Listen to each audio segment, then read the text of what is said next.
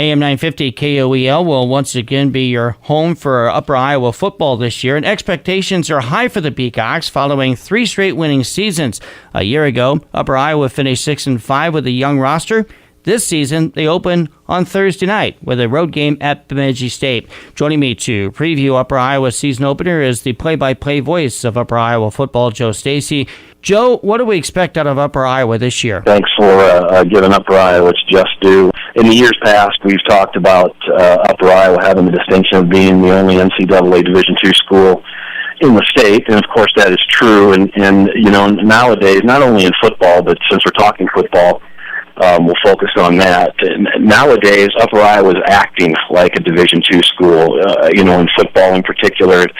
And that kind of brings to Tom Shea's 8th season coming into it. Last year, after losing, you know, Cole Jaski, an All-American quarterback, an All-American running back, numerous skill position players, there was a lot of question marks as to, you know, what was going to happen to Upper Iowa last year. And it's just the system that Tom Shea and his coaching staff have in place.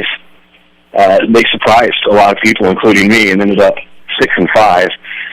So expectations are very high. You know, we have Dimitri Morales coming back at quarterback.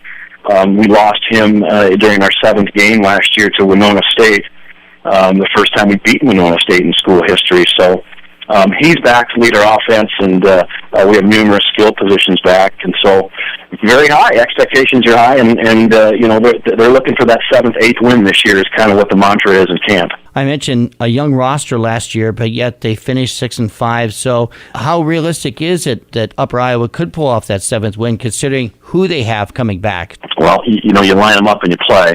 Very realistic. You know, the first test is this Thursday, as you mentioned, against Bemidji State. They have 11 starters back on offense, including an All-American offensive line. Jesse Hine and his brother Jordan is the quarterback, a 3-year starter. He brings back all of his, obviously all of his receivers and running backs. So the first test is going to be daunting. There's no doubt about it. But you know, you've got a lot of defensive depth on the defensive line. Linebacker is a question for us. We're going to have a bunch of new kids step up there. But one positive is we have all of our secondary back, and Tate Thompson, and Nick Corley, Darius Cohen, just to mention a few of them. So the strengths on the offensive side of the ball as we get Demetrius Morales back. Just a leader. You know, he's studying biology. He wants to be a doctor. He's a no-nonsense type of player. He's above his age group, and he just has skills to pay bills. He is one of the best in NCAA Division II. So, you know, we bring back 8 starters on offense and defense. We have numerous positions back. I like our chances. And a first tough test is going to be right out of the gate against Bemidji State Thursday night. With the entire offense coming back and 8 of the 11 on defense back, Bemidji State, they're getting some looks nationally in terms of top 25 stature. Yeah, they sure did. Some of the preseason polls had them ranked as high as 19th. I believe the one that most of the coaches go by have them right at 25th. And, you know, they have a veteran coach of 21 years. And like I said, anytime you bring back all 11 starters on offense, they're going to score points. They're very balanced. Last year they threw for, I believe, 2,800 yards and ran for 26. So they're very balanced offensively. And then on the defensive side of the ball, they held opponents to 19 points last year, and almost unbeatable at home. I believe they had one slip up at home over the past couple of years, but it's going to be real tough. It's a good one to come right out of the gate to test where you're at. And in the Northern Sun, it is one of the toughest NCAA Division II conferences in the country. So there is no bye week in this conference, and so the first week's going to be a daunting task against Bemidji State on the road. Bemidji State, the defending champions in the Northern Sun North Division. If you look at the polls and knowing where Bemidji State is, you might consider this an upset, but what would it take for Upper Iowa to get that win on Thursday night? You know, the first game on both sides of the sidelines, both sides of the ledger, I've always said, and it's kind of cliche, but whoever makes the fewest mistakes and overcomes adversity should win the game. If I'm in Las Vegas and I'm putting money on this, which I'm not, I would have to say that Bemidji has, their favorite going into this football game. But, Tom Shea, his offensive philosophy is to get 4 to 5 yards on first down. And, we got a young man by the name of Derek Portis who stepped in last year as a freshman. Ryan Parmley from Northeast Iowa, he's going to step in as a power back. So, picking up 4 or 5 yards on first downs is crucial.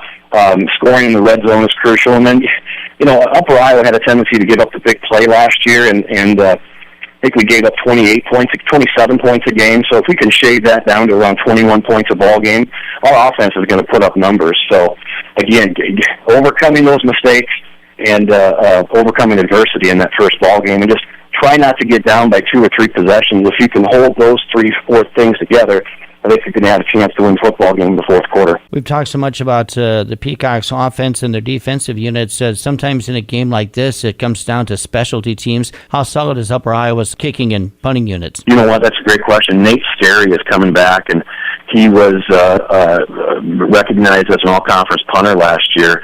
He averaged right at 40 yards a punt. Terrific ball placement. If our up front guys give him time to punt the football, he's got hang time, and he can get the ball downfield. I think that's really important. And then Tate Thompson is back in our secondary and returning kicks and punts. He averaged close to 21 yards last year, which put him in the top 5 in the NSIC. So, field position's important. We all know that in football.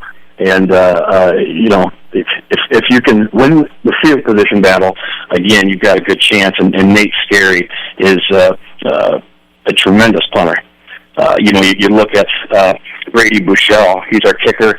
He's got a big leg. His range is 45 yards, out. So, we had a great season last year, and we hope that we can get that long snap back and put the ball down, and he can get his foot into it. 3 straight 6-5 seasons at Upper Iowa, hoping for a 4th winning season here in 2016. Joe, as always, thanks for your time again. Yeah, thank you. And after week 1, we'll have a little bit more to talk about. As you know, it's kind of vague going into that first ball game. I made it up to media day, and I've had numerous conversations with Coach, and I'll jump on the bus with the gang and get caught up and get the 2 deeps, and we'll let it fly. Play-by-play coverage of Upper Iowa football can be heard all season long on AM 950 KOEL with Joe Stasi on the call. The Peacocks open their 2016 season against defending Northern Sun Conference North Division champion Bemidji State on the road at 6 p.m. Thursday. Pre-game coverage begins around 5:35 p.m. on AM 950 KOEL. I'm Elwin Huffman. Thanks for listening.